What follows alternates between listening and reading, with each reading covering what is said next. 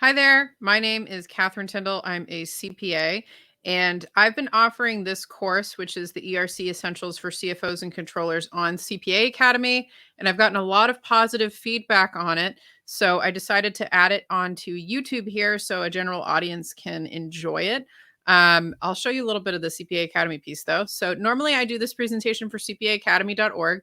Now, if you're a tax professional or somebody who's needs to get continuing education, if you want to attend this course, I do it live pretty much every Friday, or there'll be sessions that are on demand coming up that you can log into. But this is the course that I do, and usually it takes me about an hour and a half to get through it. But you can check it out on cpaacademy.org, and then you can see some of the positive feedback of, is this video going to be worth your time? I've gotten some pretty good reviews here, and I've even had people from the IRS reach out to me telling me that they really enjoyed it. So I wanted to make this available to everybody.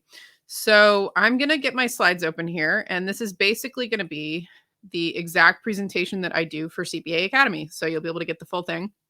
My name's Catherine Tindall, and today we're going to be doing Employee Retention Credit Essentials for CFOs and Controllers. And my course objective here is to provide a CFO or controller with the essentials that you need to determine the credit eligibility. So this is the employee retention credit, while protecting your organizations from erroneous claims. So my course objective here is I want to make sure that you know all of the red flags for this program. So this is not going to be a comprehensive, A to Z, everything you need to know about ERC, but more just what are the red flags you need to be aware of? What are the pitfalls? And everything's going to be covered at an action level. So I'll be including reference slides and some tax jargon, but for the most part, I'm interested in you being able to know where the trouble points are in this program and having red flags go up at the right places, because you can always do more research. It's just if a red flag doesn't go up at the right time, that's how you can get into trouble. So that's really my goal here with the presentation. So a little bit of my background. So I'm a CPA. I'm a principal at Dominion Enterprise Services. We're a CPA firm. I've had over 10,000 people attend my continuing education programs. And, like I said, we're a licensed CPA firm. My background is in income tax issues and, niche issues like the ERC. This is a relatively young program, even though it's been around for a couple of years. But my background's primarily in tax work. So Q&A. So if you have questions, feel free to submit them in the comments in YouTube. It's a little different than the webinar sessions on CPA Academy. Feel welcome to submit that there. But this email here, admin@Dominion.es, if you want to reach out for a consultation, we're happy to do that. Now, I can't give specific tax advice outside of a formal engagement. That's a licensing requirement. So if you need an assessment done for your organization, or if you're a tax professional with a question that's specific for a client situation, we can do a formal engagement for that, but I can't give specific tax advice. So my main points for today, we're going to talk about the basics of the ERC program. We're going to talk about eligibility for organizations. That's going to be the majority of where I spend my time, because as somebody interfacing with a tax professional doing this work for you, that's mostly where the problems are, and that's most of what you need to know. We'll talk about the calculation of the credit, the filing process for the credit, like how do these actually get filed for, and then dealing with the IRS. So we'll talk about the guidance that we have from them, audit information. We'll talk about the moratorium that was announced in mid-September and what that's looking like, and those sorts of things. So the basics of the ERC program, this is a one-time COVID era federal tax credit program. So there's a lot baked into that. So it's a one-time thing. And unlike with PPP or other COVID aid, it behaves within the tax code. And that's why these things are really annoying, because it's not just a standalone filing. It interacts with your income tax situation. It can interact with other things. And so they become complex quickly.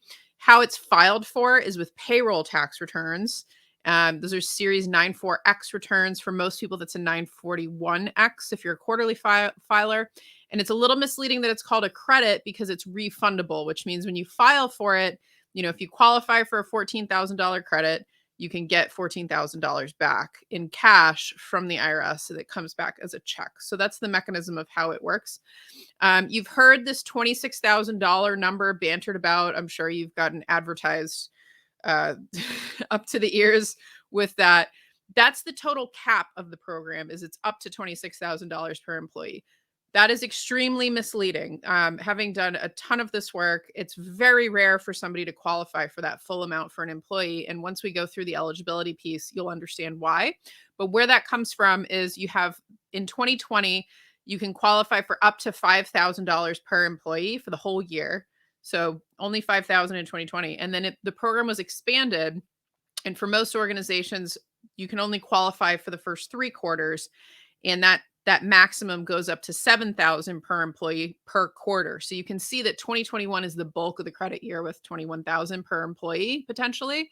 But 26,000 per employee, super misleading.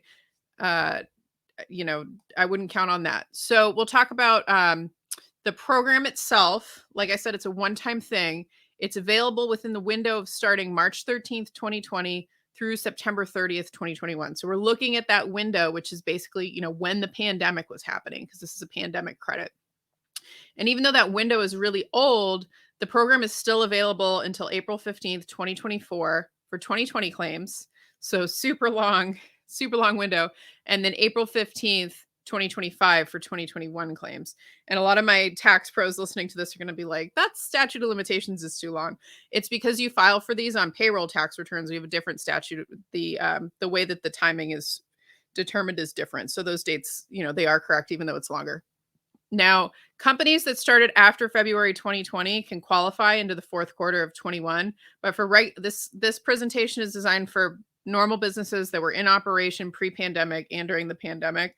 I'll have separate videos addressing startup companies, but typically the window closes at the end of Q3 21 for organizations. And then nonprofit organizations, so churches, schools, places like that, they can qualify for the program as well, even though they normally don't pay income taxes because they're employers. They can qualify as well, very similar to the for-profit organizations. So we'll talk about that as well. Now, I put the polls in here so you can have the full CPA Academy experience, but usually I like to get a sense of who's listening in. So if you want to pop that, actually, there's a couple of these, so you might have a couple comments or just one comment or whatever it is. I'm always interested to hear and who's attending and who's watching these kinds of programs. So if you want to pop it in the comments, that'd be cool for me to see. Typically I get a lot of tax professionals, but it's interesting to know who you are out there that's watching this kind of stuff. All right, so let's talk about the basic formula of an ERC claim. Now that you know kind of the program parameters. So the basic formula is you start off by determining the eligibility window, right? Because I said you have a total potential window of basically the whole pandemic, but what your company and organization is actually eligible for is determined under testing that we'll talk about. And so the first piece is determining which sections of the pandemic are you actually qualifying for under the testing. And then once you have those windows, then you determine the total eligible wages that were paid within the window. So there's things we have to take out, things we have to add. And then once you have that eligible wage base, that's when you then calculate the credit. And so the 2020 credit is 50% of the first 10,000 paid per employee within an eligibility window. And then for 2021, it's 70% of the first 10,000 paid per quarter. So it kind of, those numbers I was saying, the 5,000 or the 7,000, that's where it's coming from. It's the 50% or the 70% of that first 10,000 that's paid. And then once you have the credit amount itself, then you can apply with the IRS for it with a paper tax return, which is part of why the delays are so bad for this program. And then you have a wait time. Now, we'll talk about what that looks like given the IRS moratorium announced in mid-September.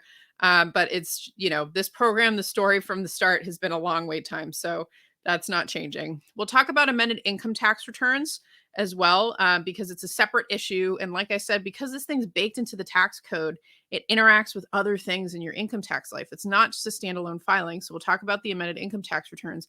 And then the last piece is talking about the IRS audit, because that's something that can happen well after the fact of the original filing. But that's the basic formula of the claim and just kind of the process of how a claim works. And let's just give an example. So say a company qualifies for Q1 21 under a revenue decline. So that gives you your eligibility window that we're going to file for. Now, within that Q1 21, this employer paid 2 eligible employees $10,000, which happens to be the cap of eligible wages each for the whole quarter. So now we have that wage base that we're looking at. Now we calculate the credit itself. So it's $10,000, which is the wages that were eligible, times 2 employees times 70% gives us a $14,000 credit. So you can see, even with a very small head count, if you can qualify for this, that's why the numbers end up getting so big. Then you file with the IRS. So for this one, it's just 1 quarter. So you'd be filing a Q1 21 941X with Ogden, which is their processing center, which depends on where you are in the country and what kind of filer you are. And you file it through the mail today. And then I say check arrives after New Year. That's wishful thinking. We'll talk about what that actually looks like now. But they send the check back for that $14,000 credit plus some interest typically. So you'll get paid interest on the claim. And then the last piece is, which is separate from the claim process itself, is your tax professional will need to make adjustments to the business tax return. So in this case, it's an S corporation filer. And so that's going to impact their S corporation returns. It's going to impact their personal returns because S corporations are pass-through entities. And you have to reduce the wage deduction in 2021 because that's where the credit comes from by $14,000. We'll talk about all the mechanics of this. And then for them, it impacts their federal and state. And the timing of that is decided by the tax professional and the company. And then, in this situation, it triggered some additional tax. So that's just a general example to kind of give you a framework for this. And then the last piece, last but not least important, is the IRS audit. So it can be a few years later. The IRS simply sends a notice requesting supporting documentation, or you get an agent reaching out to you, and then they inspect the claim for accuracy. Now, this is TBD. They announced that there are going to be changes in the verification process. We don't know what that looks like yet, that they're going to be doing more scrutiny on claims that are coming in after 9/15. So there might be more of a scrutiny process than there has been. But I think typically it's going to be that same process of everything kicks off with a notice of them asking for more information. All right. So the overall process is pretty simple. Once you figure out those pieces and then you do the filings and you get the money back and then you file amended returns, fairly simple. But each of the steps is riddled with pitfalls. So we'll talk about the eligibility window and eligible organizations. We're going to spend most of our time there because that's where most of the problems happen. And if you're interfacing with a tax professional about this credit, that's where most of your collaboration is going to happen. That's where most of the problems are. And that's where you as a CFO or controller need to understand the program the most to prevent disaster. Then we'll talk about eligible wages, wage exclusions, the total credit. That's the easiest part.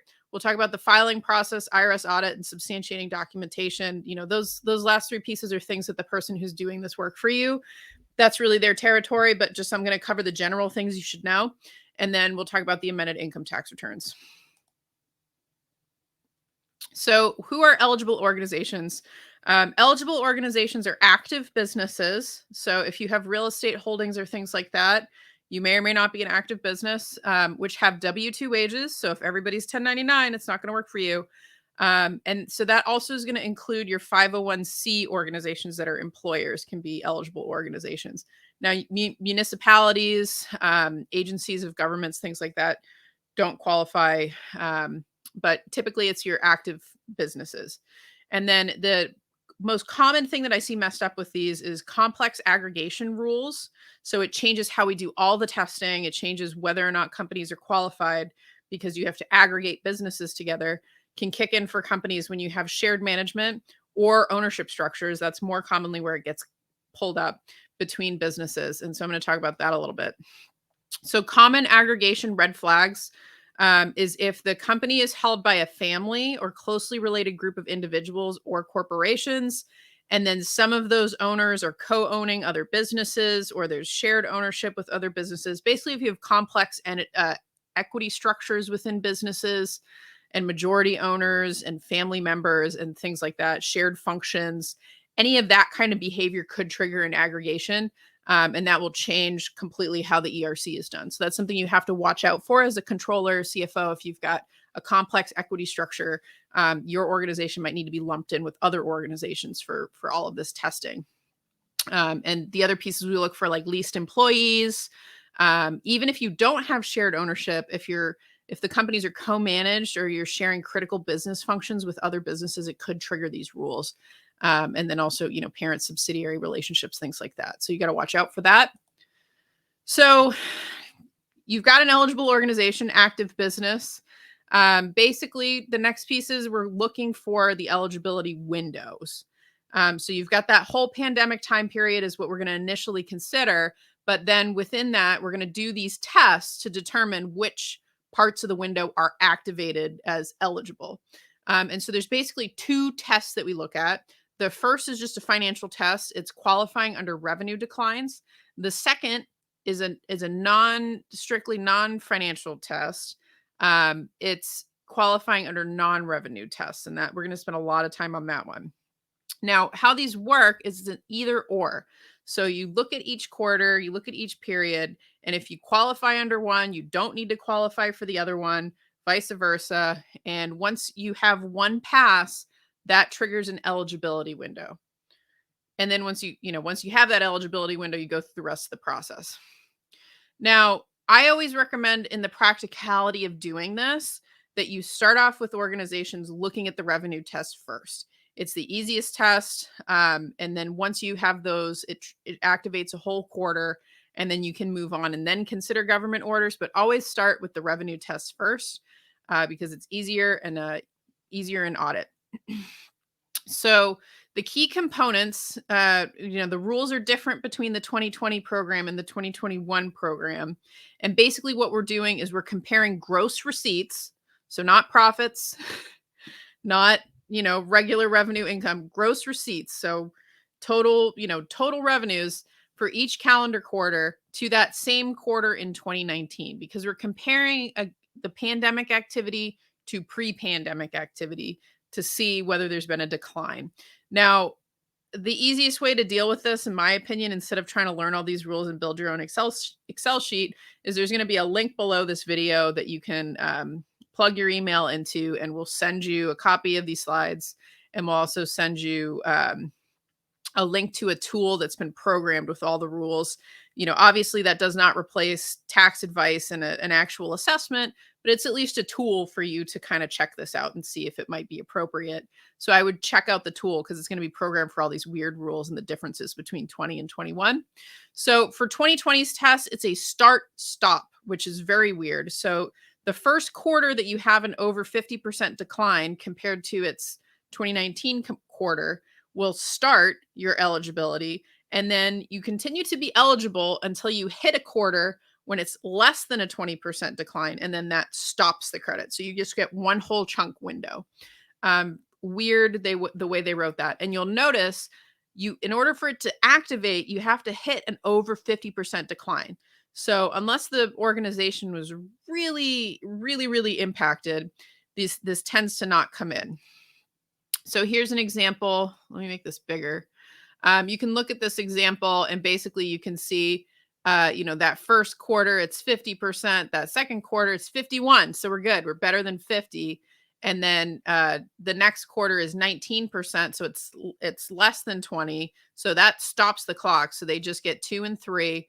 And then for Q4, even though they hit that decline, it doesn't work because it's a start-stop rule. So even though it's over 50%, it doesn't restart the window. But there's a weird rule where this will actually trigger the first quarter of 21 to qualify. Now, that one is a doozy, and that's why I recommend you use the tool. So that's the 21. And then let's see. So that was 20. So for 21, the rules are different. So basically what we're doing is we're comparing each quarter individually to its comparative quarter in 2019, and we're looking for a more than 20% decline. So way less this time, and much easier to satisfy a 20% decline. Or if the quarter before that quarter, so in the scenario that I just had with Q4 2020 was that 51%, that is going to trigger Q1 of 21 to be eligible. Very weird that they wrote this way, but that's just what they did. They changed the rules to make it easier. And so for instance, when you have Q4 2020, a 21% decline would trigger that Q1, even though Q4 2020 is not eligible itself. So that's why I say just use the tool, because the tool knows how to do this right. So here's the same example, but pretending it's 2021. And then so, you can see for that first quarter, it was 50%. But even if that first quarter was a no, you'd still want to look back to Q4 2020 to see. And then Q2 is a yes. And then Q3 is only 19%, but because you have that look back rule, because the quarter in front of it is, that means it also qualifies. So in this one, they would qualify for the first 3 quarters. And then you can see for Q4, they still had a decline, but the program was closed by Q4. So unless they're a startup business where it can be different, you're only going to be eligible through the 3rd quarter of 21. All right, so let's talk about what are gross receipts. I'll make this even bigger. So, like I said, this is a gross receipts test that you're comparing against, and you can read. So you can either pause this and read through it if you want, or like I said, if you put your email in the opt-in below, we'll send over a copy of the slides for you to keep, which I recommend you doing, because if you're actually going to go through this process, these are really good references for you for what you're looking for. Now, couple things to note here. The first is we're looking at gross receipts. So you do not net out cost of goods sold from your gross receipts. The IRS has said this specifically. You want gross numbers. The big exception of what you remove from this calculation is funds from PPP, EIDL, or Restaurant Revitalization Fund or shuttered venue programs. Those need to be excluded from your gross receipts number because they were non-taxable. Now, for the provider relief program, that's not part of the exception, so you do include that. And then one other core issue that I see is you need to watch out if you're dealing with a smaller organization, if they lumped some of these relief programs into regular revenue accounts. So if they had PPP proceeds that just went into sales, and didn't get broken out as a separate revenue item, you'll want to look out for that. And then 2, if you had sales of capital assets, you can reduce the gross receipts by the adjusted basis in the asset. And if you don't know what that sentence means, ask your tax professional. That's something that they will have to provide for you. And then for 501c organizations, their definition of gross receipts is different. And so we look for, this is just straight from the IRS Notice 21-20. You can see the examples here, but the common miss I see from not-for-profit organizations is that investment income also needs to be included within the gross receipts. So if you have endowments, if you have sales of stock, things like that, those will need to be included. And somebody had a good question for me the other day. Unlike with the businesses where you reduce your gross receipts by your basis, for 501c organizations, you actually don't. Which is unfortunate, but that's the way, it's just because it's under a different code section for this one. All right, so let me see if I can make this a bit bigger. There we go. So the first test, what are gross receipts? Let's just talk about common mistakes that I see people make. The first is that the reports that you run should be in the same method of accounting as your tax returns. So you're either a cash or or an accrual basis taxpayer. And so the returns should be in that same basis of accounting, not just how you keep your books internally. If you don't know, ask your tax pro. And the report you're going to be running is a Q1 2019 through Q3 2021 quarterly profit and loss statement. That tends to be the report most people use because, like I said, we're doing each quarter compared, and we're looking at 2019 pre-pandemic compared to the pandemic activity for financial performance. And we're looking at calendar quarters, not fiscal quarters, because it's done on a quarterly basis because that's how you're filing for your payroll taxes. So if your fiscal year end is different, it doesn't matter. We're looking at it on a calendar basis. And so the core issue that I see for a lot of organizations, especially accrual organizations, is that you need to watch out that your quarterly revenues are correctly stated. If annual adjustments are being made, or if you have complex revenue recognition or things like that, you have to watch out for that, because typically most organizations only care, especially smaller organizations, only care that the annual numbers are right. And so maybe at the end of the year, they do an AR adjustment or whatever it is. And they typically don't care about the quarters as much for, revenue recognition.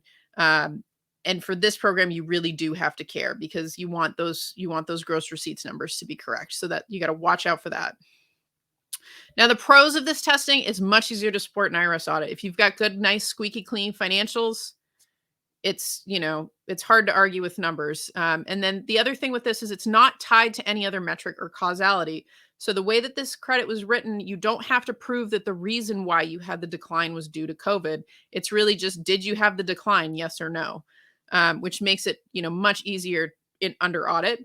It's easier to calculate, it's easier to substantiate. So that's why I always recommend start with this first and then consider the other pathway for quarters that are not eligible under this pathway.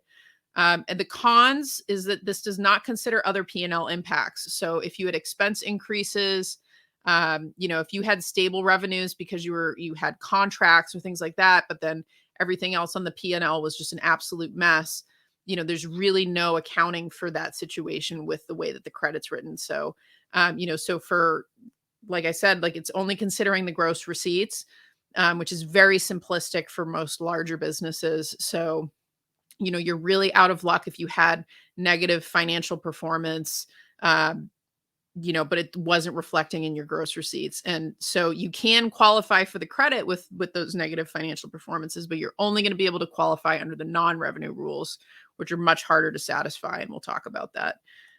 We'll talk about that in a little bit. So here's a qualification example, just so you can kind of see how this works. So for this 2020, you can see that they had some pretty big dips. And then they had, these first 3 quarters are qualifying, and then that last fourth quarter is not. But then you can see that fourth quarter was qualifying the first. And then you can, you see you've got this alternative quarter rule that keeps kicking in for them. And, that's a typical example. Now, more often what I see is that you'll have some time in 2020 qualifying under non-revenue because that's when government restrictions were the worst. And then you tend to have more companies and organizations qualify in 21 under the revenue rules just because 20% is a much easier number to hit. And then also once you have 1 quarter activate, it's going to basically trigger 2. So second poll, since you're getting the full CPA Academy experience, I just like to get a sense too, if you want to put a comment in, because I like to get a sense from the people who listen to this, how much of a progression you feel like you've made from this presentation, from, maybe not knowing anything about this program to feeling a little more comfortable, or that this is confirming things that you had done your own research on. I like to get a sense of where people are coming from. So if you want to pop in a comment, I read them and I appreciate them on, kind of where you feel like this is helping you branch your knowledge in. And then if you have things that you would like me to go into more depth on, we'll make future presentations. All right, so now let's talk about the second test. And you can see I'm already 30 minutes in. So this is going to be where we're going to be most of our time today, is talking about these qualifications. But let's talk about non-revenue. So once revenue is all, you've sorted out which quarters are qualifying, then you consider non-revenue. And the core difference from this, from the revenue testing with the non-revenue testing, and this is where all the abuse of this program comes in. This is where all the erroneous claims are coming in from, is because when you're qualifying under non-revenue, basically the organization is making a legal argument that their operations were more, and all of these things have particular meanings, that their operations were more than nominally impacted by a binding government order on their ability to provide goods and services. That's what you're saying when you qualify under this. And so that's not a standard financial test. It's an argument that you're making supported by operational data and a government order. So there's a couple key components that you need to pass under the non-revenue qualification. And that sounds really vague, but it's actually not. Each of those pieces has specific requirements and specific meanings that we're going to talk through. So there's key components of this test. And basically where this is coming from is the IRS gave us a safe harbor of how organizations can know that they've passed from the black and the gray into the white of qualifying, right? And so the first part is we're looking for a restriction on operations in the pandemic that's coming from a government order that has certain characteristics, and I'll give you an example of it. And then the second piece is that restriction is causing a more than nominal, which has a specific definition, portion of the business to be suspended. So those are the 2 pieces. You got that government order and you've got that suspension of activities. And notice I don't say like completely closed, like it's just it has to be a certain portion of the business is the minimum of the test. So how do you actually go about doing this? Because I think that's the most practical way to explain it, is how do you actually go through the process of making this determination? So the place that I recommend you start with is an operational narrative, because if you're a tax professional watching this, or you're a CFO or a controller, you might not be, on the floor, hands in the operation of how things are actually happening day to day. And especially if you're in a larger organization where you might be more removed from the day-to-day operations, really what's going to revolve around qualifying here is what happened in those day-to-day operations and what were the restrictions that were going on due to the government orders. So we start with an operational narrative because that gives us a place to hunt. Then once you have that operational narrative and okay, this is what, this is what the foreman's saying happened and that he had to make these changes, let's go look for government orders based on what he remembers experiencing. And so then you find the specific government orders that have the characteristics. So that's your first key component. And then once you've got those government orders, you can see the language of the restrictions. You can see, okay, this is what he was saying, and this is where it was coming from the government order versus this is what he was saying. And no, it doesn't look like the government order talks about this at all. That gives you that connection. You then have to look at those restrictions that were in the government order and then prove that those restrictions were having a more than 10% impact on the organization through some kind of operational data. And we'll talk in detail about what that looks like.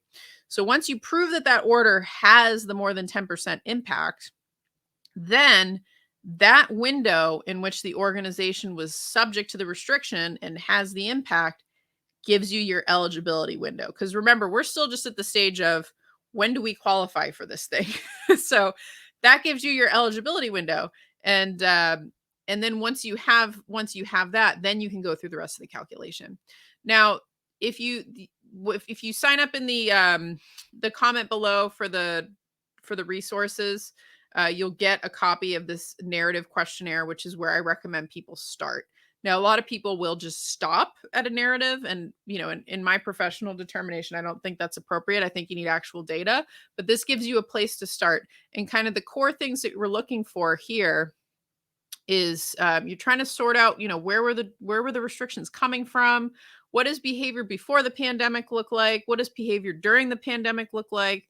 And then really, what is the true government interference in our operations and not just general pandemic chaos or customers or whatever? What's the government restricting us from doing by these orders?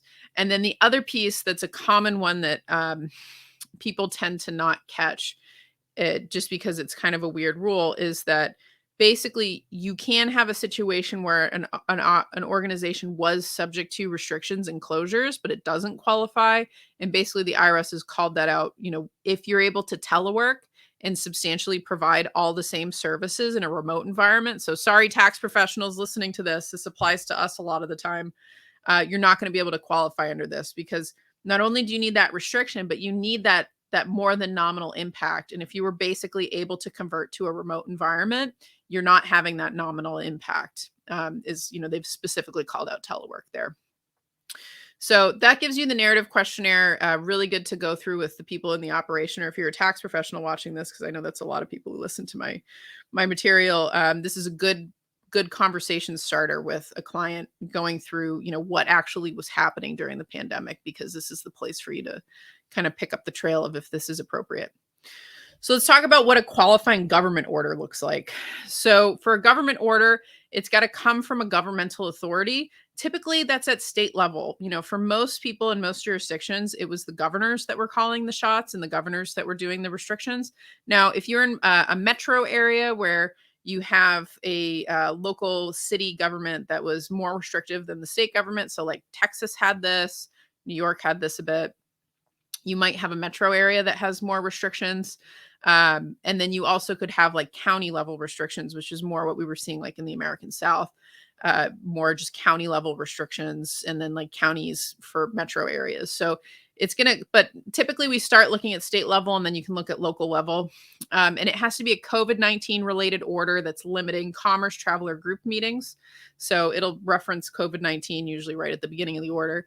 And then the order needs to be legally, and this is a very important point, the order needs to be legally enforceable and binding. So suggestions, recommendations, best practices, or voluntary measures do not rise to the level of a legal restriction. So you'll see a lot of the time, if you're looking at these government orders, they're not legally enforceable. It'll be things like, we recommend, it's best practices, organizations should, do this. We advise that you do this. We advise you follow health board guidance, and health board guidance says it's best to.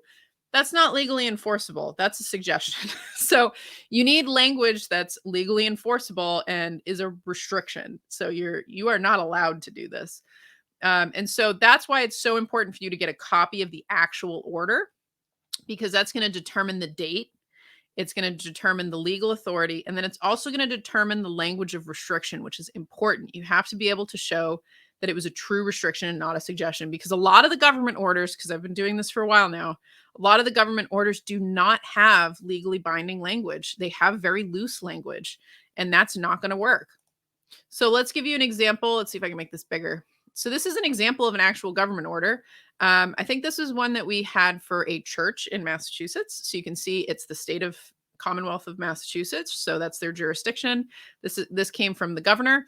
And you can see right in the headline, it's going to be strong language. Order prohibiting gatherings of more than 25 people, on-premises consumption of food or drink. And then you can see in the language here, it's referencing COVID-19. That's what it's coming from. And then if you scroll down into the order, you can see they're making this restriction and explicitly prohibiting gatherings of over 25 people. And so for a church where typically the majority of what they're doing is gatherings, this would apply to them. This would be a restriction that would hit them. Now, whether that rises to the level of qualifying is a different question, but this is the order that would be binding on them. And then at the end, you see the effective dates. So it would be March 17th through April 5th, unless further extended, which this one was. So very often when you're looking at government orders, you'll get one order and then it gets extended and then maybe it gets modified. And so it can kind of turn into this paper wild goose chase. But that gives you the initial date range of this. And then there's the governor's signature, and there it's binding. Now, one little note that I'll put for the tax pros here is if you're going to be using any government orders, you want to make sure that you save copies of those PDF orders into your own file systems, because we're noticing now that the pandemic is X number of years away, a lot of these state government websites are remodeling their websites, and they're taking this information off. And so if you don't have this in hand, that's going to be a problem, because this is the main substantiating document for the IRS for these. All right, next slide. Ooh, I'm too big. There we go. The qualifying impact, 10% test. So this is the confusing bit. So you've got that government order in hand, and let's continue to consider that church. So you got that government order in hand, and it says gatherings of 25 people are more than 25 people are prohibited. Now, if your normal population at church is 10 people, that's not actually causing you a problem, is it? Even though it's binding on you. If your gatherings are 50 people, you're losing about half. 100 people, you're losing a lot. So where does the line shift from it being enough of an impact that it actually qualifies, that it's enough of a restriction?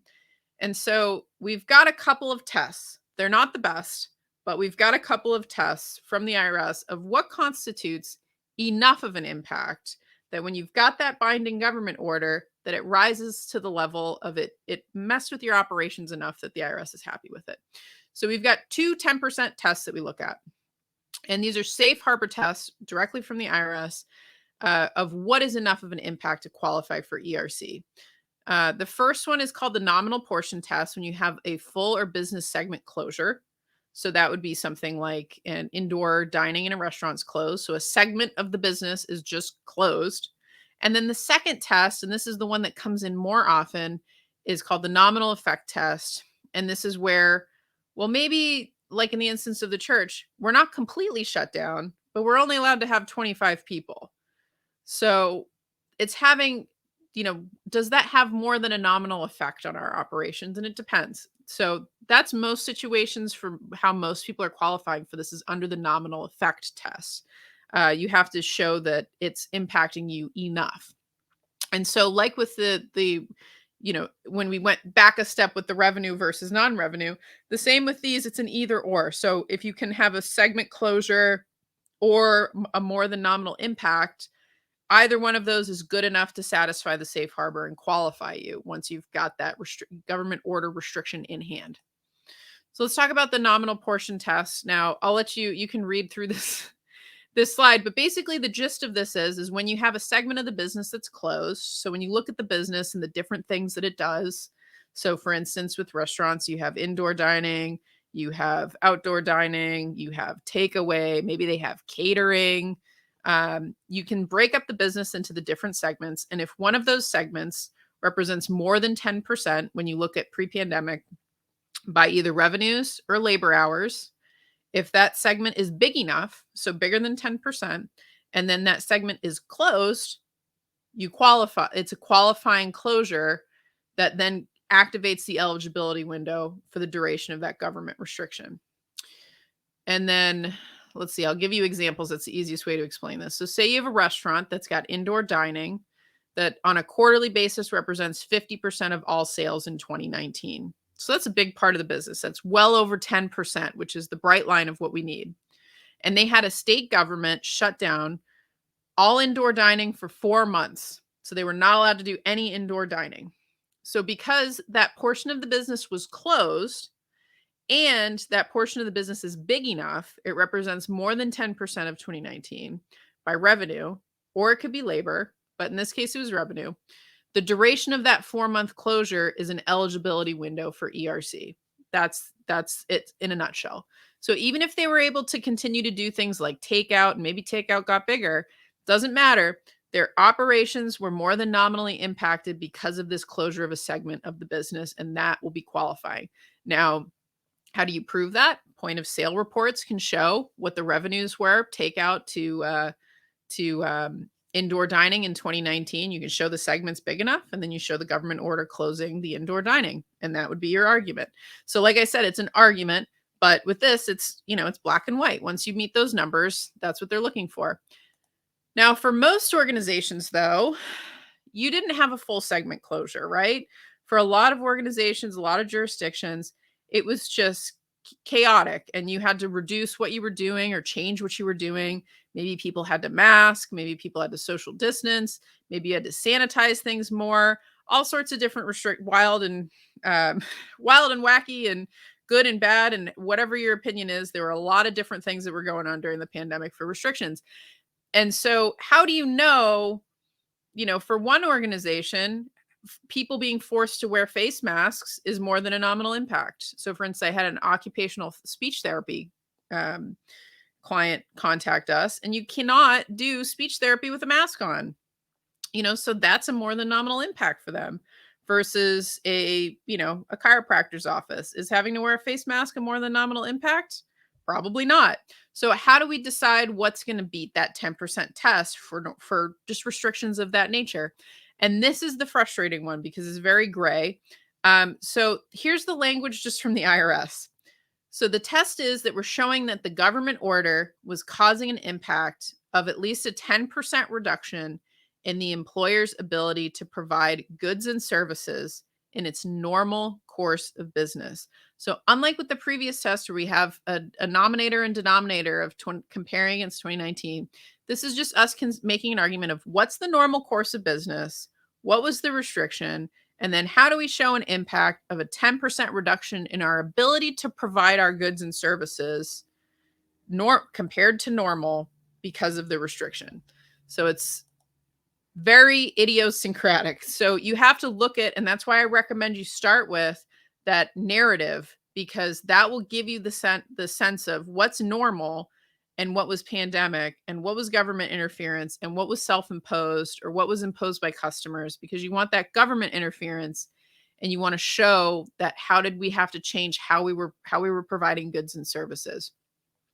And so, because you're going to have to make this argument from operational data to show the causality between the government order and the reduction in the ability to provide goods and services. So you're making a logical argument here that that's what's going on. And so the data, the IRS can't say, oh, we want to see a labor productivity report.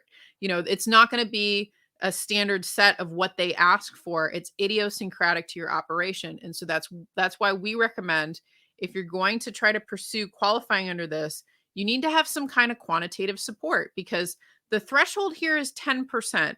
So if you're having these operational impacts in your organization, 10% is a low threshold. That's not a big ask. And so if that's not manifesting itself somewhere in your operational data by job efficiency, and I'll give some examples, job efficiency reports, throughput, labor hours per jobs, things like that. If it's not manifesting itself somewhere in data, it's hard to make that argument, right? And so we recommend using quantitative support and not just solely narratives. So here's some examples of what we've done. So the first one, this was a meat packing plant. Labor hour reports showing that job completion times increased by 15%. So we're beating 10% during forced sanitization requirements from a local health board. So they had to spend a couple hours a day sanitizing everything just for COVID-19 spread. And that was coming from their health board. And it caused their labor productivity, as expected, to go down because the labor was basically having to spend a good portion of their day sanitizing. So they weren't shut down, but they had to modify their operations because of the order. And we could show that their labor efficiency rates had gone down because they weren't allowed to work all day long like they normally were. So here's another one in a warehouse. Capacity restrictions due to forced social distancing caused delays in warehouse fulfillment, increasing labor time per order by 15%. So same thing. They had to do social distancing, and normally they ran a really, it was a small space.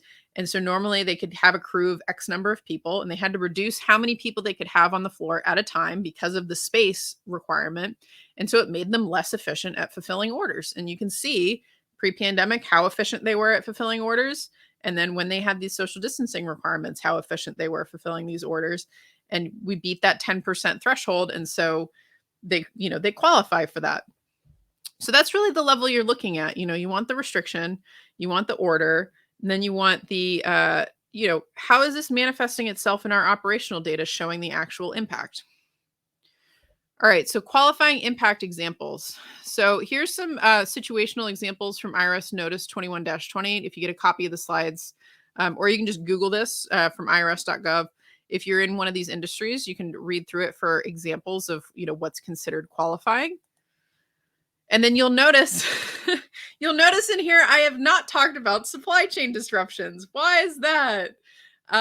Simplified. So basically, yes, companies can qualify under supply chain disruption. But basically what you have to do is apply all the previous testing methodology from the perspective of the supplier to your organization. So you need to find a specific government order that is causing the disruption for the supplier. You need to be beating the 10% test for your organization related to that supplier. And you also need to show that the goods or materials are unable to be obtained from another supplier. I'm not going to go into a ton of detail. There's more details of how these actually work. I'll just tell you from experience, it very rarely works. And if you're even going to consider trying to file under supply chain disruptions, you need to review the recent IRS, and it's in the slides at the back, the recent IRS GLAM notice that talks about what's an appropriate supply chain disruption and what is not, because most of the time it is not.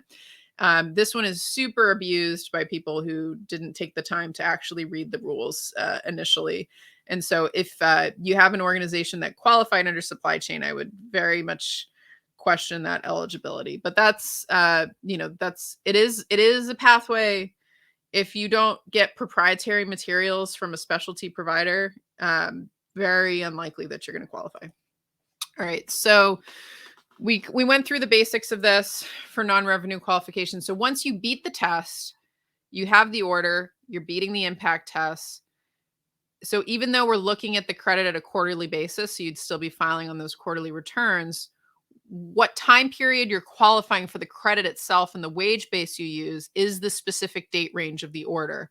So for instance, if you had an order in place from March 17th, 2020, and then, a bunch of rolling orders, which is more common, through April 5th, 2021, that could be your eligibility window. And then all the quarters that happen within there, that's what you're doing filings for. But the actual qualification of wages is only that specific date range of when the order was in place. Now, pitfalls and best practices here, because that's kind of a lot to digest with the rules for that one. So pitfalls is you got to watch out for aggregated claims. So if you're suspicious you have an aggregated claims, totally changes how you do the testing. You also have to watch out for businesses that operate in multiple legal jurisdictions. because you might have been subject to rules in one location and not rules in another location. I would question any practitioner who's doing these that's unable to produce specific government orders for eligibility. So if they're not referencing, EO 2021-05, if you're not getting that level of detail, I would definitely question that, because that's exactly what the IRS is going to want to see. And, it sounds like a lot of work, and it is, but it is a real pathway. And I believe, because we have these safe harbor tests from the IRS, and you can, convert that into a quantitative test, that it can be proved in a black and white manner. Now, that's not to say, you have organizations where it's not just going to be stuck in the gray because you can't produce good operational data. That happens. But your best bet is you just got to substantiate. And the more you can make that logically tight argument with data, that's going to serve you well for this program. And definitely don't skimp on that part of it. Third poll. So in my request for comments, it'll just be, do you feel like you understand more about the program? Are there things still confusing about it? I just like to get a sense of, how much you feel like you've gotten something out of this and are, getting some good education here. All right. So constituent parts. So we're back to the top. This is back to the agenda.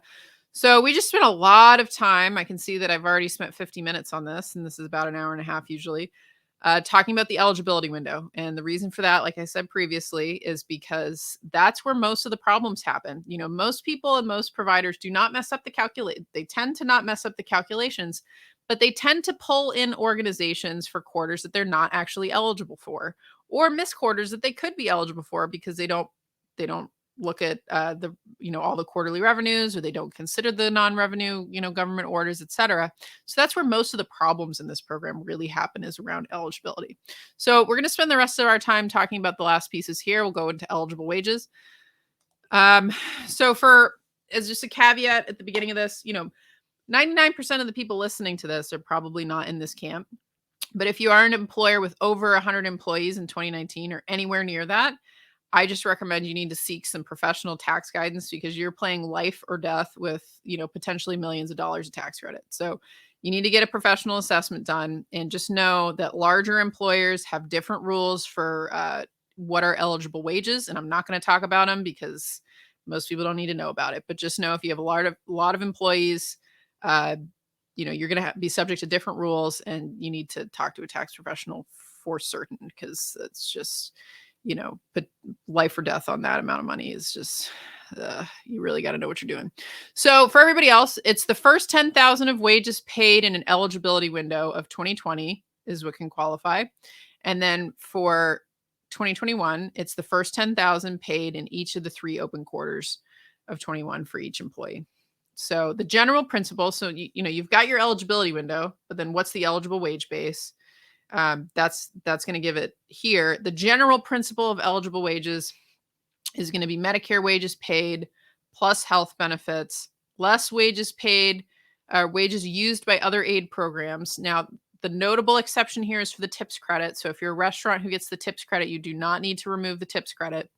And then you need to remove wages for non-eligible persons. That's the general formula of what is considered eligible wages. Now, there's a lot of more nuance in that, and you can see from here. Like I said, post your email in the opt-in. We'll send you the slides, but this is a more specific list of that you are, what's included, what's not included. Little issues here, and then some citations there, but that's the more detailed list of eligible wages. So I'm going to talk about some notable exclusions, though, because those eligible wages are things that the tax professional should be picking up when they're doing these, not necessarily something you need to have. But eligible wages, notable exclusions. So guaranteed payments to partners are not technically wages. So those do not qualify, even if the person is not getting pulled into the related party rules. So those will need to be removed. And then we'll spend some time talking about wage payments to related parties in smaller organizations. This is a serious issue. It comes up all the time. And then the last one we'll talk about, same thing, is PPP forgiveness proceeds need to be excluded and that it applies to RRF funds used for payroll as well. So that's the other piece that makes a big material difference and comes into a ton of cases. So those are the pieces you need to watch out for. So let's talk about related parties. So basically for related parties, you don't have to make this determination. This is what the tax pro will do, but just so you know, is that any wages that are paid to owners, direct or indirect. So if you have like a holding S corporation, it flows down to the individuals who beneficially own it. So if you have anybody with an over 50% ownership, are not going to qualify for the credit if they also get wages. So your single member S corporations for the payroll tax savings, where it's just one employee that's a W-2 that's the owner, they're not going to qualify. They might qualify, but they'll have no eligible wages. So that's those people get kicked out. And then any wages to family members of those over 50% owners will not qualify either under attribution rules. So if you've got dad and son working in a business and dad owns 53%, daddy and son don't qualify. And then the tricky bit that a lot of people miss is that any shared family ownership will attribute to other family members when you're considering that 50% threshold. So for instance, if you have a husband and wife who are 50-50 owners, they're actually considered 100-100 owners by the IRS because of attribution. So what you have to do is you look out for any family members, and if they have percentages of the business, you have to add them all together when you're considering the 50% test. Now, for the CFOs and controllers, that's not a piece you're going to be doing, but for tax pros who are listening, this is something to watch out for. Now, who's considered a related individual? Here's the list just straight from the IRS.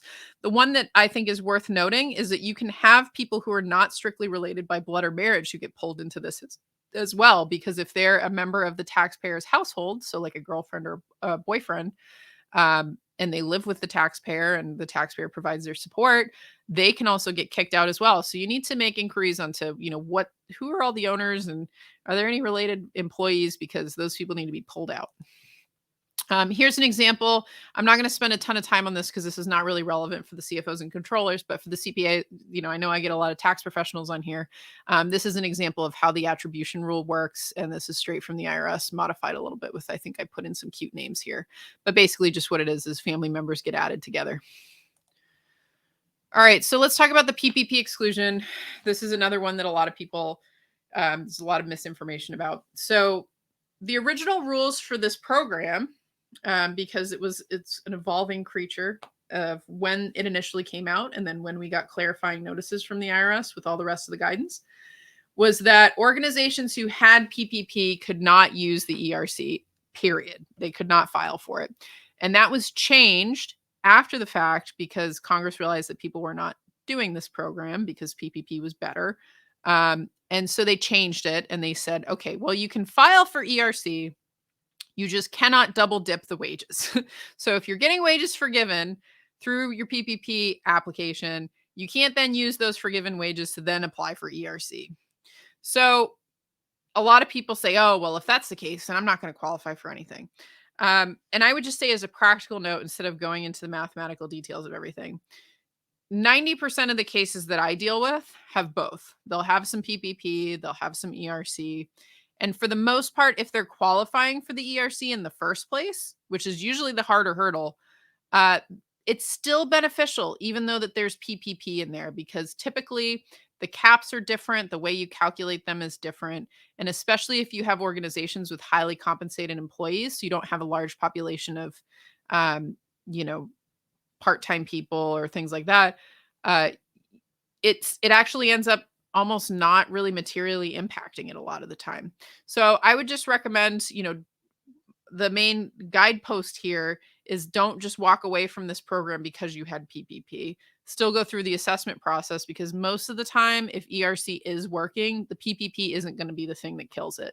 It's going to be you're not qualifying under eligibility rules is what's going to kill it. And then also, the reason why these get complicated is, one of the most complex accounting parts of doing an ERC calculation correctly is getting the PPP exclusion right, because you're having to do different caps and do different allocations. You're looking at different time periods, and it just it can end up being a really complex allocation depending on all the timing of everything. So I'm not going to go into detail on that because you're not having to do that, but just know that that's what can make these really complex. the PPP exclusion, and then the legal, getting that legal argument if you're going to go under non-revenue. That's what makes these really complex. All right, so we went through eligible wages. Now we're going to talk about the total credit. It's going to go a lot faster, I promise.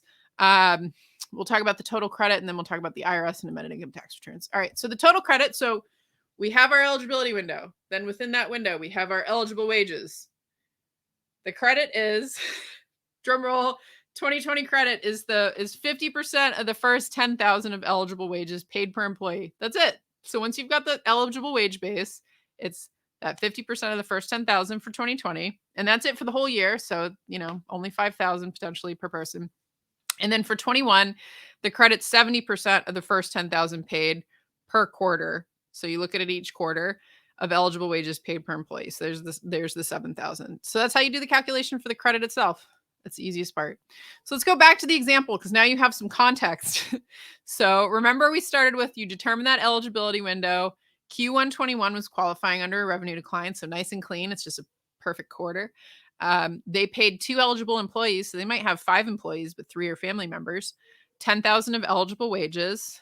So maybe it was, they actually paid them more, but 10 is the cap. So that's what we have to use for the whole quarter. And then they calculate the credit itself is 10,000 times 2 times 70. So it's that $14,000 credit. Now, when I said the eligible wages, that's removed related parties, it's removed PPP, et cetera. And then from there, let's talk about the back end of this thing, which is dealing with the IRS, everybody's favorite. So we apply for the IRS with a paper return through the mail. That's the current process. They could change that. Probably not. And for them, it's a Q121 filing with 941X to Ogden. You put it in the mail today. They are not going to process it until after Christmas, at least. Hopefully it arrives in 2024.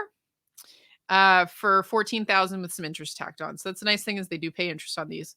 And then separate from the claim, amended income tax returns filed by the tax professional. So this is the last piece that we're going to talk about is we're going to talk about amended income tax returns. Now notice I've gone out of order here because typically people do the filing for the ERC and then you amend your income tax return. That's usually what people do. But I want to talk about the amended income tax return first. So filings for the ERC are done on 94X returns, but income tax returns also need to happen here. The credit amount will need to reduce the wage deduction in the year of the credit. So what that means is if you're filing for a 2020 credit, it means you need to reduce your wage deduction in 2020 by the amount of the credit. So in that previous example, it'd be that 14,000. Now, a lot of tax pros do not like this, understandably so. It's just administratively an absolute pain in the neck. So where does this come from? Do we absolutely have to do this? The requirements due to IRC Section 280CA rules kicking in. And it's discussed. This is discussed. If you want to fact check me on me, go for it. IRS Notice 21-20 question 60. And so because it's a 280CA rule kicking in, this applies to both cash and accrual-based taxpayers. So very frustrating for the cash-based taxpayers who are not used to having to deal with things like this. But that's how tax credits work, is you have to go back to the period of benefit, and that's when you have to make the reduction. Now, I think it's important to consider, and I'll talk about some more practical implications here too. It's important to consider when you're having to do amended income tax return. Like I said, it's not a standalone filing. So you really want to make sure that before you submit this, that you've had an income tax forecast done, you've projected the cost of the return amendment, especially if you're in a pass-through organization, which is a lot of people, before you file for the ERC. Now, mathematically, if you're losing a deduction, you're only paying, an income tax rate on the amount of the credit. And so it's a haircut of the credit typically for most people, but it just depends. And then a lot of tax pros, the first question they ask me is, well, when do I have to do this? So the language that we have is it needs to be within a reasonable amount of time from the original filings. Given the processing delays, most tax pros that I talk to opt to wait. Note that the longer that you wait to do one of these filings and pay additional tax, you're just going to incur the standard interest and underpayment penalties. Now, an important thing to consider, though, is because the IRS is paying you interest on the credit itself, having to pay interest and underpayment penalties on a fraction of that with a fraction of the tax, the interest will net out. So it's not really a big deal, but just know that that will be in there. And it's more just administratively annoying getting a notice from the IRS and then having to make another payment, that sort of thing. So here's an example. I'm not going to go into a ton of detail here because this is, again, guided for CFOs, but basically, what this example is illustrating, that you can pause and read this if you'd like, is that you can have a net neutral cash benefit, you can have a net positive, you can have a net negative, because when you're considering tax planning related to the ERC, you have to consider the fact that most people, if they're qualifying for this program, it's because they had poor financial performance during the pandemic. That will coincide with qualifying for this. And so if they're qualifying for this and they had poor financial performance, most people are in pass-through organizations. And so they will have probably have been in a lower income tax bracket during the pandemic. And so to lose a deduction when you're in a lower income tax bracket, and then when the money comes in 2024, and hopefully the business is recovered and you're in a higher income tax bracket, I'd rather have that money come in 24, where now I'm in a higher bracket and I can use that money and generate a deduction at a higher percentage rate. You basically get a tax rate arbitrage on it.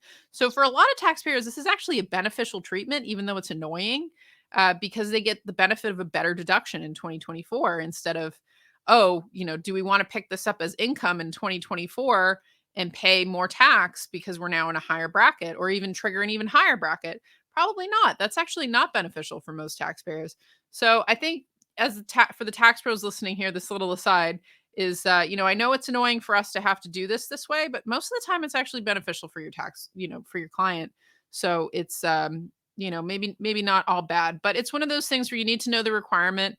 I have some practitioners that I respect that, decide to take their chances, and because it's not making a tax difference, they won't do the amendment, and then they'll reflect it on the current year return. I've had some tax pros make that call.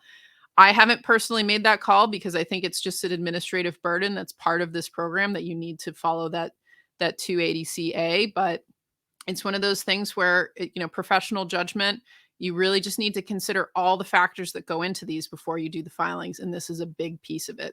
So I'll just leave you with that one. Poll number 4, because you're getting the full CPA Academy experience.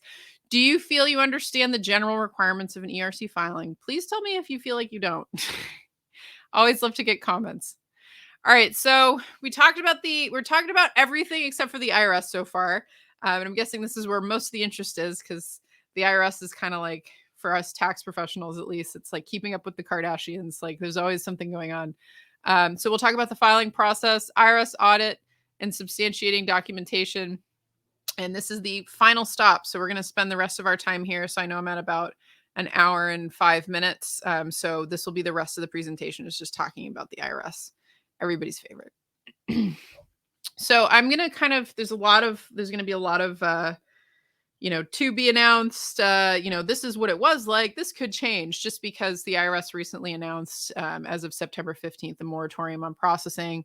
There's grumblings in how they're going to be changing what they're doing over there. So a lot of this is just going to be what it was like, and we're hoping it's going to stay similar, but we don't actually know yet.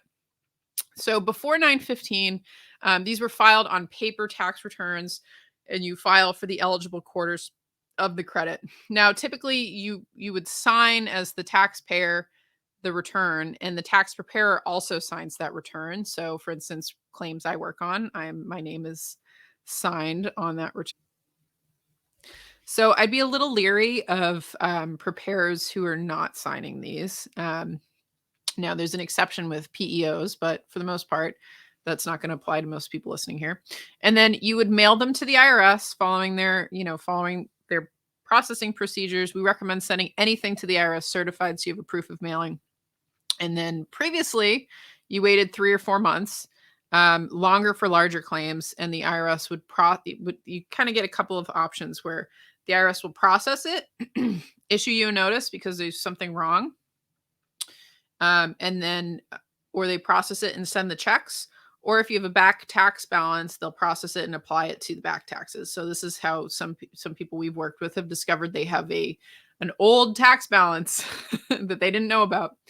And then the last piece is these checks will come back to the address of record.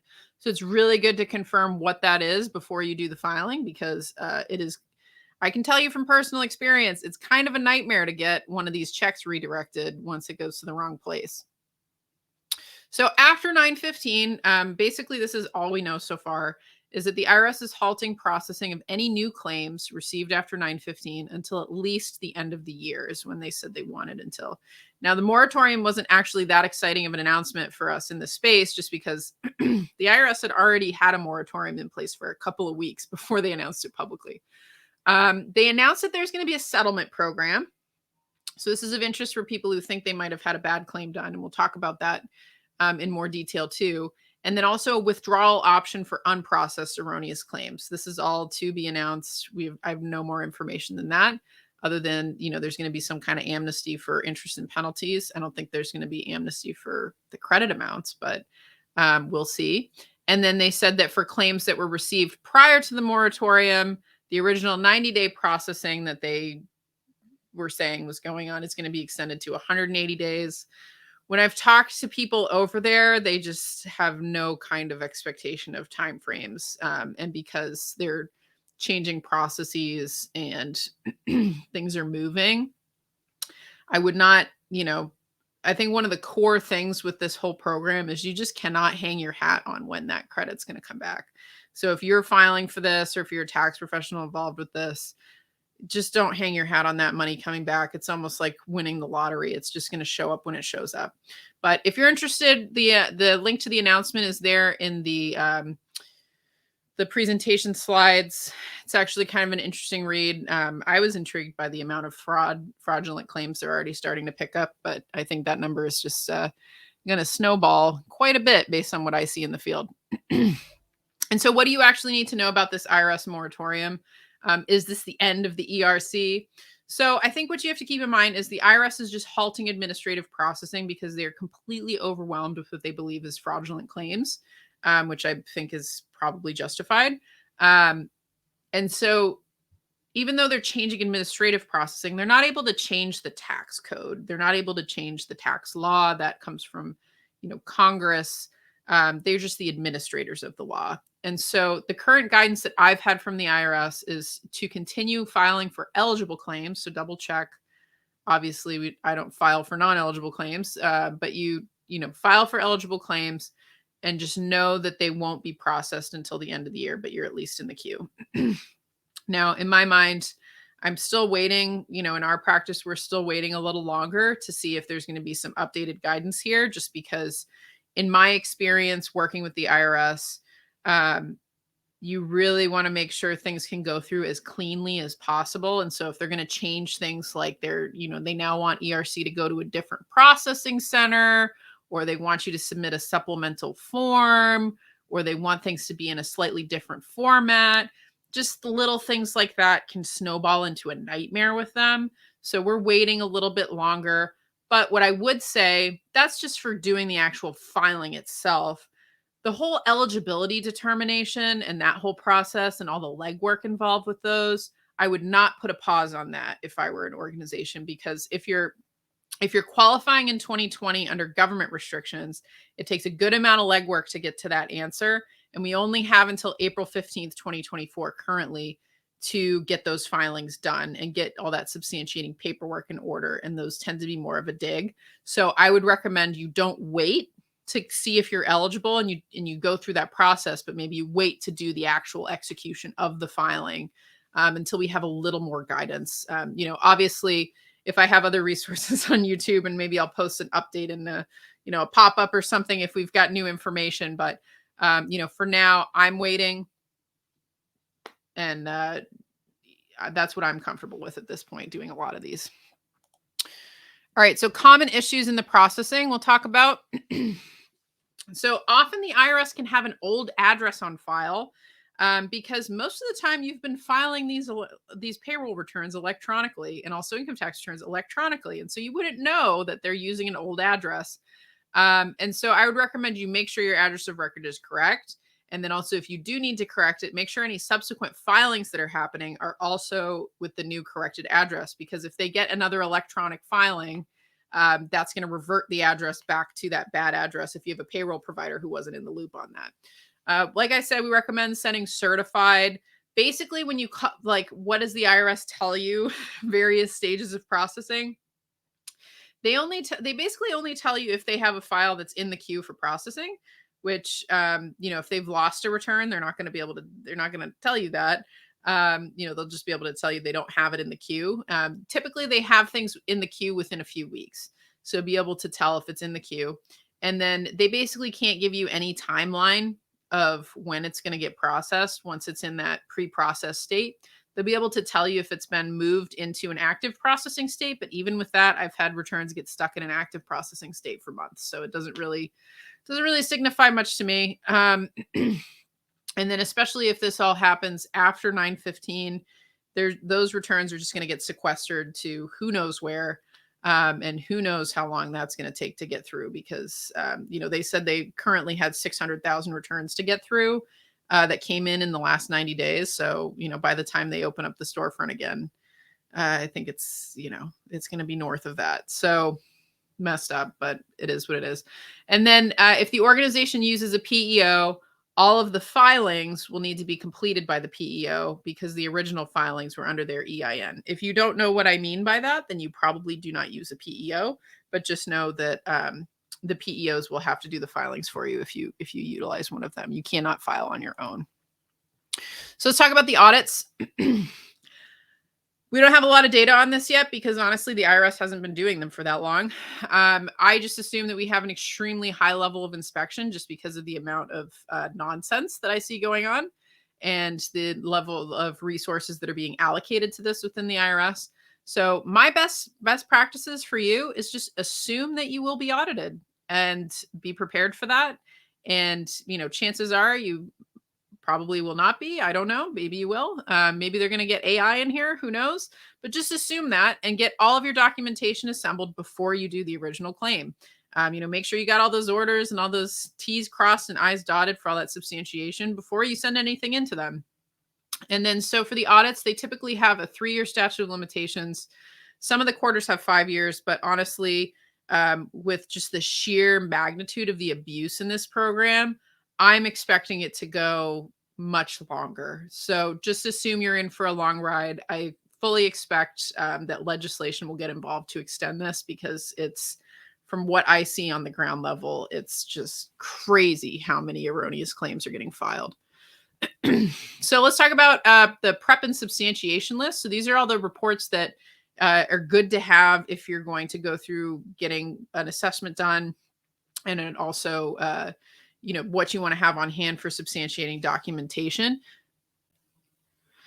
Now I'll let you read through all this, and like I said, submit an opt-in in the comments there, and we'll send you a copy of this. This is just good to have on hand as you're going through this. But this is our list. You can check this out. Now, last piece here that's good to note is, I didn't put specific, job efficiency reports, but just be sure if you're going to qualify or, if you're going to pursue qualification under the non-revenue government orders, you need substantial operational data, documenting of impacts, and you need all government orders if you're going to be filing under non-revenue eligibility. That's the piece you're going to want for those. This is the list from the IRS. So this is just straight from IRS Notice 2021-20, question 70. This is kind of their initial little list. And then this is a copy of the IDR that maybe not the most recent one, but this is one that I got. So, you'll want to check this out as well, but most of these are baked into that first substantiating list that I gave you. But you can read this as well. All right. So I know if you're still holding on after an hour and 18 minutes of this presentation, you're probably spinning with just all of the nuance and just the sheer magnitude of this messy program. So I want to take a step back and talk about, what are the main, I think at this point you understand enough to know if somebody's, trying to pull the wool over your eyes. But let's just take a step back and talk about the program in general. And so the two problems that I see people run into the most, you basically have two situations that happen. The first situation is that somebody overclaims and they claim for things that they're not eligible for. And that's really not a fun situation. The second is that they underclaim and that they didn't do all of the testing. They didn't pursue some of the avenues of the program, or maybe they didn't understand how some of the rules went, and so they underclaim. A lot less messy, but at the same time, you're potentially leaving a lot of money on the table depending on your headcount. And so let's talk about the problems that I see on both sides of those typically. So red flags for an overclaim. The first is if, and especially I think for the tax pros in the audience, paying attention to these, because these are going to be kind of little bright, perk your ears up as you're dealing with people that maybe had this done by somebody and you weren't included in the conversation. So the first red flag is that they're filing for all quarters of the program under non-revenue testing. That's a big red flag for me, just because most jurisdictions, even the really harsh ones in California, New York, Washington, tended to lift their restrictions around Q1 or Q2 of 21. So if somebody's qualifying Q3 of 21 under a government restriction, highly suspicious. If they're blanket just qualifying for everything under that, and they're not in a very restricted kind of industry or location, very, very suspicious, because as you heard from the rest of the presentation, it's pretty specific what the IRS is looking for there. Just blanket, if they're filing with a supply chain disruption at all, just immediate red flag, because it's just so hard to qualify under that. Third is if the filing was done without the PPP forgiveness application. That's also questionable to me. A lot of these like really scammy kind of mills don't even bring in the PPP.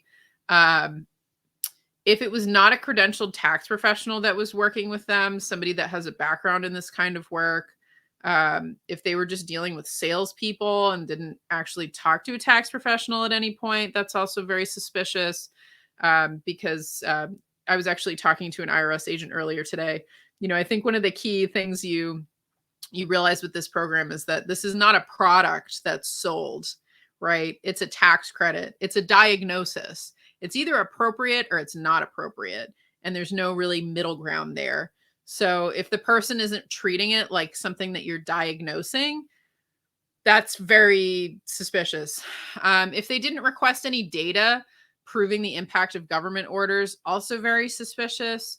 If they're unable to produce the government order that was used to qualify, if they just use general language like, the CDC said that businesses, things like that, it's just not going to work. The way that this is written, they want the specific government order, so you need to be able to produce that. If you can see within the credit calculation, related parties are being included. So if owners are getting pulled in when they shouldn't be, and family members, and there was no inquiry around that, that's also going to be a problem. Also a problem for claims that were filed early on, because this was a point that was notably left as a gray area when the program originally came out. And then some people just went ahead and did the filings, assuming that they'd be okay. And then the rules were clarified that no, the related parties do not count. And so if you had a claim that was filed early on, maybe before those were clarified, it will need to be corrected, because that's an incorrect position. And then the last one is not inquiring about business ownership and the potential of an aggregated claim. So if the person just kind of breezed through all the qualification and didn't do any inquiries about, what's the equity structure of the company?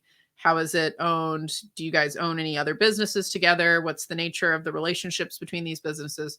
That's also going to be an issue, because like I said, when you have an aggregation, it completely changes how you do all the testing, because you have to do it at the level of the aggregated companies. So those are the red flags there. Let's see. And then let's talk about the underclaim. So the first one is only considering revenue declines. So not even considering the government shutdowns and restrictions part of the program. I see that people just don't even consider it. You do want to consider it. The second one will be not knowing the alternative quarter election for 2021 revenue testing. Now, the best way to catch if there was a revenue one that was done incorrectly is just use that tool that we provide. You can get that, submit in the comments below. If you get that tool that we provide, it catches that. So you'll be able to see if, actually these other quarters were qualifying. Why didn't this happen? The biggest one is just not doing an eligibility assessment to begin with. So a lot of people, they just see, our annual financials were up, we don't qualify, or we got PPP, we don't qualify. And they just don't even take the time to go through a formal assessment process. In my example, those 2 employees, it was a $14,000 credit just with 2 employees. So if you have a head count of like over 5 people, over 10 people, over 20 people, if you accidentally miss this, It could be a 5 to 6 figure tax credit that you basically just walk away from that you didn't even consider. So I'd say it's worth doing an eligibility assessment. If you don't have, if your tax pro isn't somebody that does these, we do these for other tax professionals. Feel welcome to get in touch below. But that, you really want to have somebody actually do an assessment of the situation. Another common one is I see over allocation of the PPP exclusion, which usually looks like wiping out all of the ERC within a forgiveness window. There's not really an easy way for you to catch that as a non like professional in ERC, but that's one I just see a lot. And then the last one is same situation for this as previously, which is not catching an aggregation, which can trigger eligibility for related companies. So sometimes you have a small company and a larger company, and they need to be aggregated. And the larger company, the smaller company actually had enough of an impact, and it's big enough compared to the portfolio of the two of them that it will trigger eligibility for both. So, you just have to watch out for that. It's something that a lot of people miss because they don't know the aggregation rules. All right, so my last little polls from CPA. This is just for the CPA Academy. But I just like to get the sense, how do you feel about this after, this presentation? Do you feel more confident? Do you feel like we hit everything? And then let's talk about, as we got 5 minutes left here in this 90-minute presentation, is what do we do for an incorrect filing? So if you were subject to a fraudulent or negligent claim, the IRS recommends filing a 1424-2 form here. You can just click the link in there. If you think you had if you were wrapped up in a really bad situation. But basically we're waiting on more details of the settlement program from the IRS, but the best place to start is you need to recalculate your claim. And then you need to refile that 941X for the impacted quarters. Now with the refile of the 941X, I'd say prepare those, but we just need to wait for what the settlement program is, because I'm hoping they'll give us, an expedited pathway to get these corrected. And then just make sure you're also considering the amended income tax return piece as well, if those amendments were previously prepared already.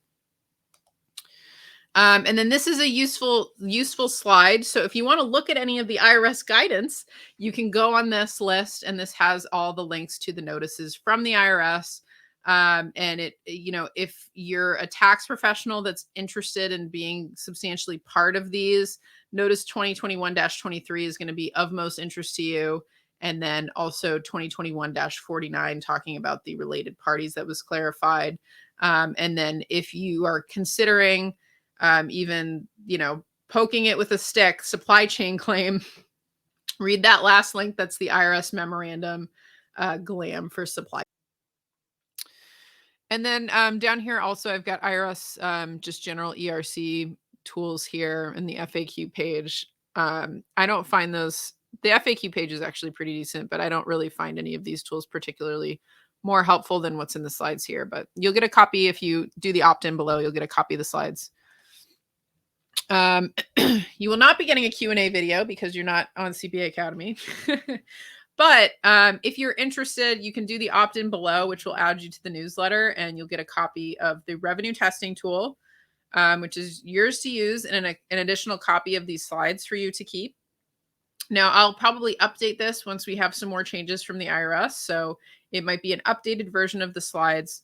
And then the other piece that I should say is I get extremely annoyed when people abuse my inbox. So I will not abuse your inbox. Really, we're just going to be sending you these tools. And then what I believe is an important enough update that I need to get it out to the general people who are interested in this program. So unless it's an actual piece of news that I feel like you need to know, I'm not going to be sending you an email. And then if your organization is in need of a complimentary assessment, you can visit us at the link there and provide some initial information, and we'll be able to get in touch and talk about whether or not this program is appropriate for you. And then if you're a fellow tax professional and you're looking for some more resources or support for clients, et cetera, there's a separate link there for you to get in touch, and we can talk about how, most of my work comes from other tax professionals, and talk about, how we could work together. But you can also just get in touch at the admin email, but I recommend if you're in one of those two situations, use those specific links because it'll speed things up for everybody. So again, I want to thank you for making it this far. You made it a whole hour and a half. Now, sadly, I can't give you continuing education credit through this platform. But I do presentations, and it'll be in the comments below, presentations on CPA Academy that you can attend for continuing education credit. If that's something, if you're a credentialed tax pro and that's something you're interested in.